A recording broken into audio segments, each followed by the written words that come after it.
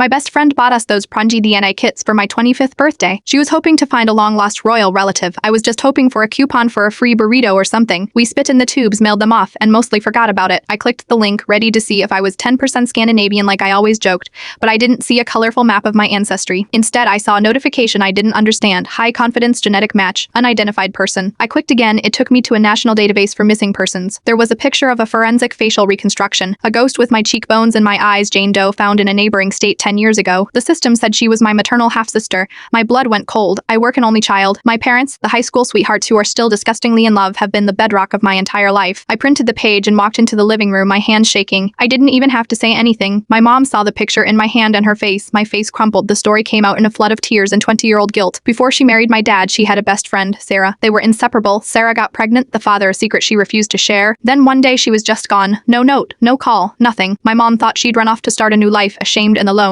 She never imagined this. The math wasn't adding up. A maternal half-sister. My mom swore she had never been with another man. Her eyes darted to my dad, who was standing silently by the fireplace looking like a statue, and in that one terrified glance I understood. The secret wasn't my mother's. It was his, my perfect, gentle baked Cerdo. On Saturdays, Dad had a child with my mom's best friend, and he let her disappear. The next few days were a blur of whispered arguments behind closed doors. I felt like a ghost in my own house. I went online, diving into the cold case. Jane Doe, wound by hikers. No ID, no witnesses. I stared at the graining case photos until my eyes burned, trying to see the sister I never knew. Finally, I confronted him. I cornered him in his workshop, the smell of sawdust thick in the air. I screamed, I cried, I asked him how he could live with himself. He didn't fight back. He just looked old. He told me he and Sarah had been in love. It was a real once and a lifetime thing. But my mom's family had money connections. His parents pressured him, pushed him toward the stable choice. The plan was for Sarah to leave town first, and he would follow a week later. He packed a bag, he told me, his voice cracking. He just would never walked out the door. He chose the easy life and had spent 25 years rotting with the guilt. He always assumed she had just moved on, found someone better. I felt sick. My whole life, my whole family was built on a foundation of cowardice and betrayal. As I turned to leave, he said, "Wait." He went to the back of his closet and pulled down a dusty shoebox